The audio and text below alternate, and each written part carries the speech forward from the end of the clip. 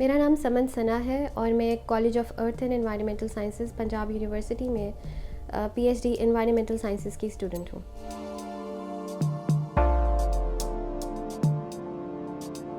क्योंकि मैं पंजाब यूनिवर्सिटी में एज अ पीएचडी स्कॉलर मेरा एडमिशन हुआ था और मैं चाह रही थी कि रिसर्च का कुछ पार्ट मैं किसी इंटरनेशनल वेल रिकग्नाइज्ड यूनिवर्सिटी में कर सकूँ।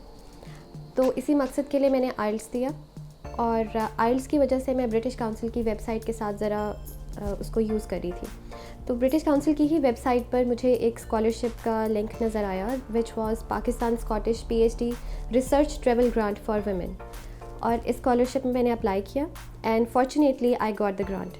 और इसी ग्रांट की वजह से मैं अब 3 मंथ्स के लिए मैं यहाँ पे स्कॉटलैंड में आई हुई हूँ और मैं यूनिवर्सिटी ऑफ ग्लासगो से अपनी रिसर्च का एक पार्ट यहाँ पर कर रही हूँ। पाकिस्तान और स्कॉटलैंड की अगर हम पीएचडीज़ का कंपैरिजन करें और डिफरेंस देखना चाहें तो स्कॉटलैंड में मैंने एक चीज़ ऑब्ज़र्व की है कि यहाँ पे बहुत प्रैक्टिकल बेस्ड काम करवाया जाता है। सिर्फ थियोरेटिकल नॉलेज बच्चों को नहीं दिया जाता बल्कि उन्हें प्रैक्टिकल करवाया जाता है। लाइक आप ये नहीं कह सकते कि आपकी university is not confined within the 4 walls. In fact the whole city is your university.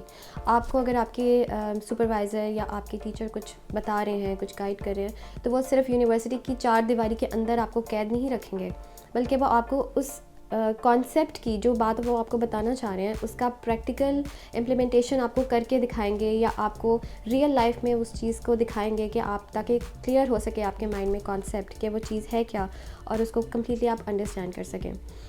तो ये थोड़ा सा डिफरेंस मुझे पाकिस्तान और स्कॉटिश यूनिवर्सिटीज़ में फ़ील हुआ। अब यहाँ पे मैं बताना चाहूँगी कि कुछ काम था जो मैंने पाकिस्तान में 2 to 3 वीक्स में कंप्लीट किया था, लेकिन वही काम यहाँ ग्लासगो यूनिवर्सिटी की लैब में I have completed it in only 3 days। So it's a big thing, it's a big change कि जिन चीज़ों के लिए मैंने महीना वेट किया, 2 months वेट किया कि मेरा ये इंस्ट्रूमेंट और ये केमिकल मुझे मिल जाए और फिर मैं ये काम कर सकूँ, यहाँ पे वो ऑलरेडी अवेलेबल था। It was rightly available. I just told कि I need this and it was available.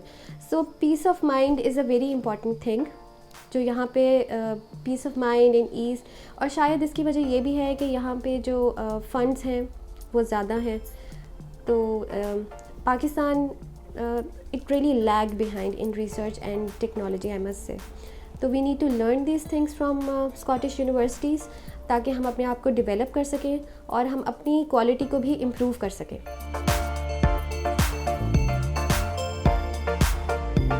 Recently जो ब्रिटिश गवर्नमेंट ने अपने इमिग्रेशन के रूल्स में, इमिग्रेशन कवानीन में कुछ रद्द-बदल किया है, तब्दीलियाँ की हैं, और उसके अंडर अब जो इंटरनेशनल स्टूडेंट्स हैं वो अपनी एजुकेशन कंप्लीट करने के बाद 2 years यहाँ और स्टे कर सकते हैं और जॉब कर सकते हैं।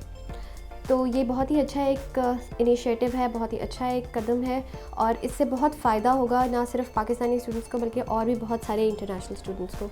क्योंकि देखें, जब आप इतना टाइम लगाकर पढ़ते हैं, आप घर से दूर रहते हैं, आप इतना स्पेंड करते हैं अपनी एनर्जी, अपनी इनकम, बहुत सारी पैसा भी लगता है, डेफिनेटली आपकी बहुत सारी एनर्जी रहती है, डिप्रेशन हो जाता है, घर से दूर रहना इतना मुश्किल काम है। तो उसके बाद फिर आप यहाँ पे रहते हैं तो जो कुछ आपने सीखा है यूनिवर्सिटी में वो आप एक्चुअली यहीं के सिस्टम में इम्प्लीमेंट भी कर सकते हैं। तो ये एक बहुत अच्छा फ़ायदा है और जो कुछ आपने सीखा है आप एक्चुअली उसे इम्प्लीमेंट कर सकते हैं और वो फिर अंदर आपके अच्छी तरह एम्बेड हो जाता है। और जब आप वापस पाकिस्तान जाएँ तो फिर आपने जो कुछ यहाँ पे प्रैक्टिकल लाइफ में भी एक्चुअली सीखा है और यूनिवर्सिटी लाइफ में भी सीखा है, आप बेहतर तौर पे उसे उस सिस्टम में इम्प्लीमेंट करने की, इनकॉर्पोरेट करने की कोशिश कर सकते हैं। और स्कॉटिश गवर्नमेंट को भी डेफिनेटली फ़ायदा है कि उन्होंने, या ब्रिटिश गवर्नमेंट को भी फ़ायदा है कि उन्होंने आप पे इन्वेस्ट किया है, आपको अपना टाइम दिया है, आपको अपने रिसोर्सेज शेयर किए हैं। तो it's like that you will also give something back to them. उनको भी कुछ फ़ायदा होगा।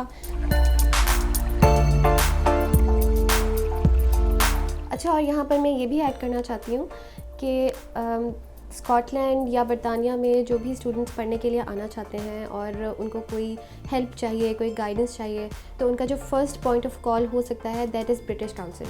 क्योंकि स्कॉटिश गवर्नमेंट और ब्रिटिश गवर्नमेंट वो मिलकर ब्रिटिश काउंसिल के थ्रू अपनी बहुत सारी स्कॉलरशिप्स को और मैकेनिज़म्स को चैनलाइज करती हैं। सो अगर कोई भी स्टूडेंट्स यहाँ पर आना चाहते हैं पढ़ने के लिए तो उन्हें ब्रिटिश काउंसिल की वेबसाइट से बहुत सारी हेल्प मिल सकती है।